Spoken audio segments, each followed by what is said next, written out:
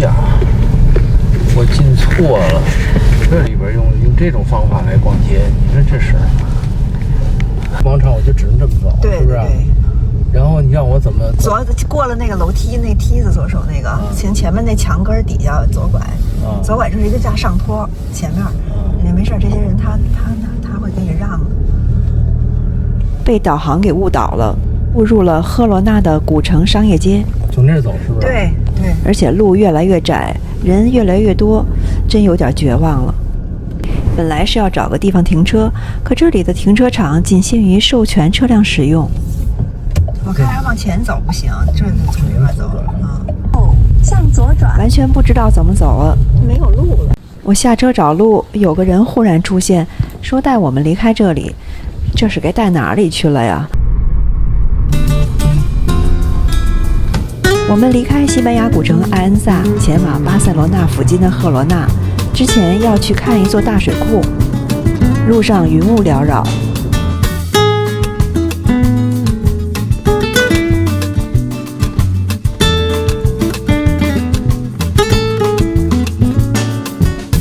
现在我们正在徒步去往大水库的路上。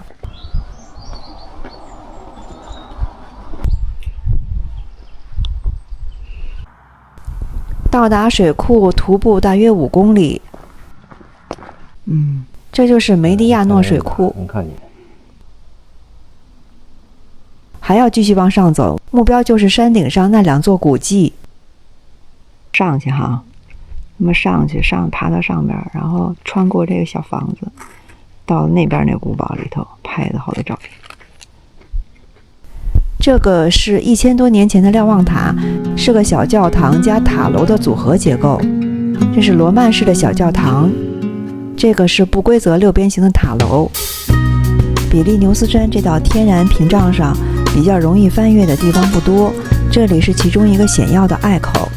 11世纪阿拉贡王国为抵御穆斯林，建造了这个边境哨所，用于军事瞭望。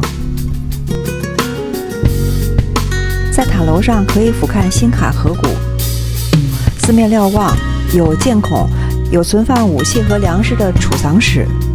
美丽的梅迪亚诺水库像一面镜子镶嵌在山谷中，可是水库下面却有个沉默的亚特兰蒂斯。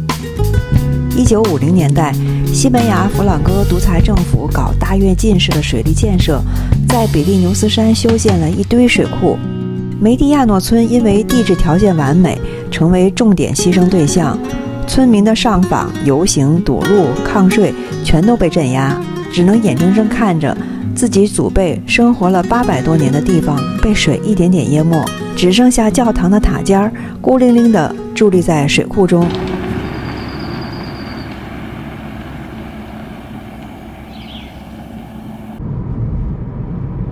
离开水库，继续前往赫罗纳。哎呦，没路！前面看着好玩了。哦，我瞬间石化了，眼前忽然出现一大群牛。来了，牛大哥！哎呦呵，冲着咱就来了。那你要从左侧超车呀？心里有点紧张，说话都不利落了。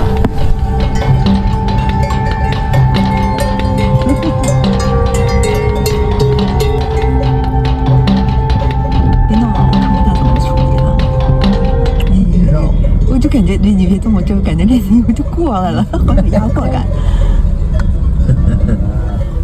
开始我还有点紧张，怕他们顶过来，但看到牛超级温柔的眼神，也不再害怕了。太好玩了！哎，这太好玩了！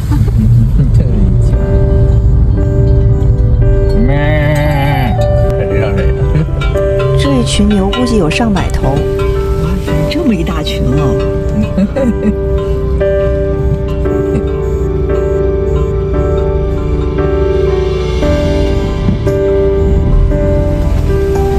这一对，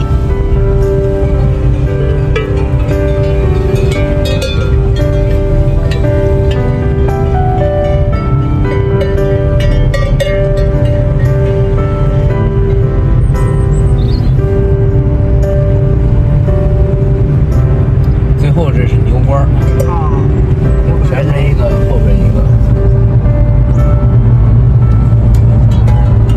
这群西班牙牛让我俩心情大好。经过一个小镇歇歇脚，中午时分有不少人用餐和享受阳光。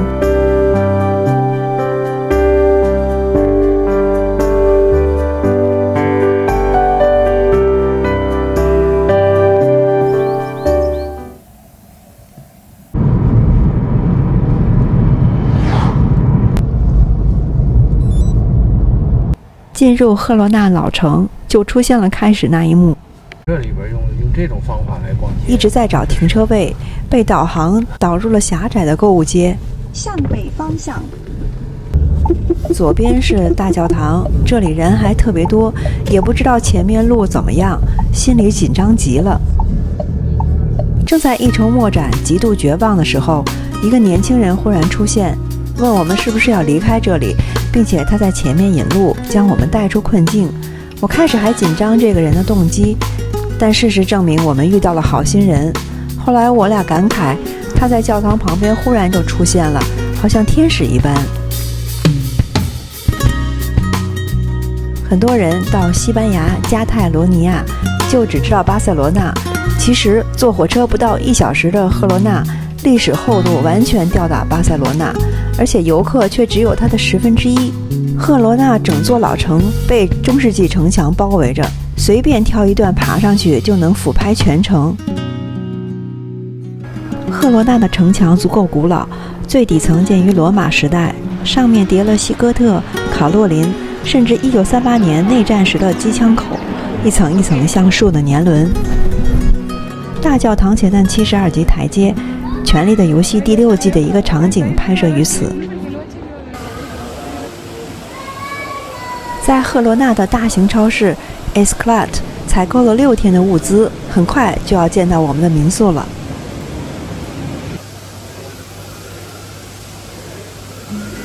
进入房间，我迫不及待地打开冰箱，想看看评论区里提到的房东 Lourdes 送的蛋糕。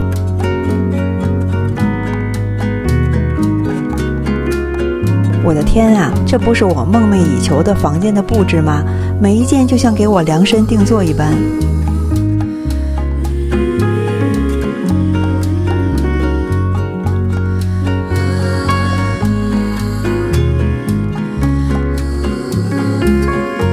尽管我能认出很多是宜家出品，但房东特别挑选了乡村风格的木质家具，还用陶罐、藤编和布艺来点缀。这边是我喜欢的实木边柜，里面有我特别喜欢的乡村瓷器。我们已经旅行2个多月了，能住进这样优质的民宿，觉得实在是太幸福了。在这样的厨房里做的晚餐都感觉超级可口。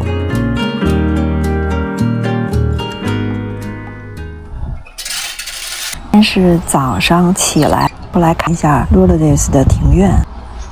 庭院桌椅看起来很浪漫，下面看植被特别茂密，而且看不到边界。这一面墙上爬满了常春藤，上面还挂着一个盏小灯，营造了一种很浪漫的情调。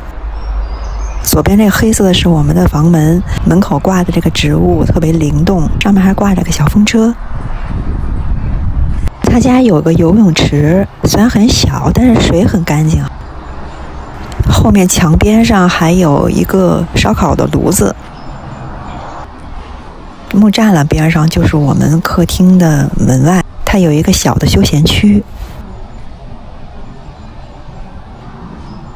那是个水井吗？上面还有炉炉。这边还有台阶哈，上去看看。上面好像是个露台吧，真是个露台，在这里可以晾晒衣物。西班牙的阳光比较充足，很多这种平顶的房子可以晒衣物，露台上躺着晒太阳。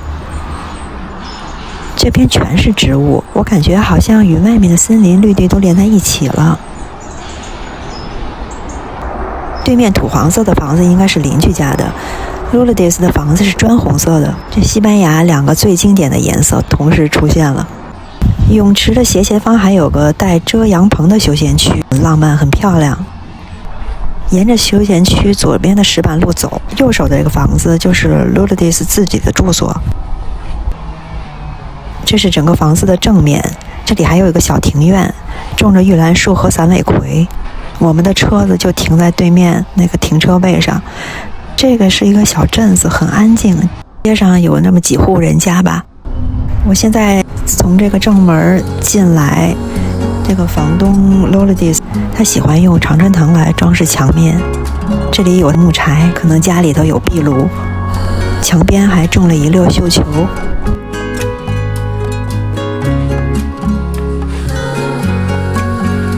Lourdes 还利用庭院丰富的植物资源，他在房间里头使用了很多干枯的树枝做点缀，这样房间看起来更有质感。